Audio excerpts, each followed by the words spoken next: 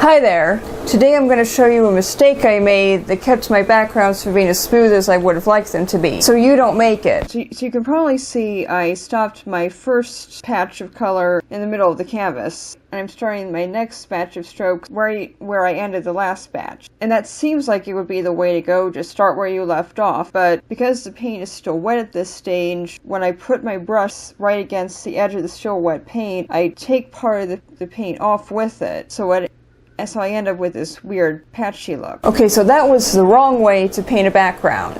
Here I have this canvas painted, which is the background for what's going to be my next painting, and I'm going to show you how I got this look. Make sure to keep watching after the demonstration, because I'm going to tell you some other important things about getting a smooth background. Okay, here I'm starting each stroke from the top of the canvas and bringing it down to the bottom. And you can't see it because my camera angle wasn't recording this part, but I'm actually taking my brush off the canvas with each stroke. I decided to show this particular clip in real time so you can really see what I'm doing with my brush. This means I need to start with plenty of paint on my brush for each stroke. And because I'm going from one end of the canvas to the other and not stopping and starting in the middle, I'm not dragging paint around, so I'm not taking paint off that I don't want to take off. And I'm going to paint one more layer, and that's going to be it for this tutorial. Also, keep in mind, when I say wrong, I mean wrong if you're trying to avoid patchiness. If you want patchiness, there's nothing wrong with that. Now, if you want a really ultra smooth look, you'll want to go over that with another layer. I didn't because I kind of liked an almost, I guess, drapey kind of look.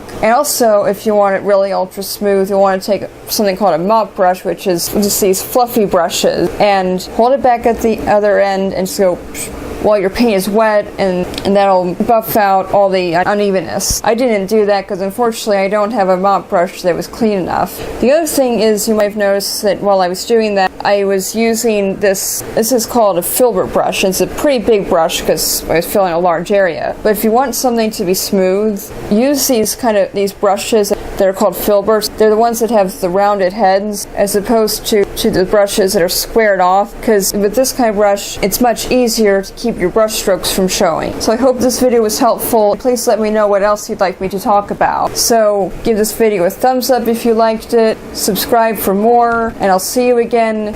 And for now, thanks for watching. Subscribe for more.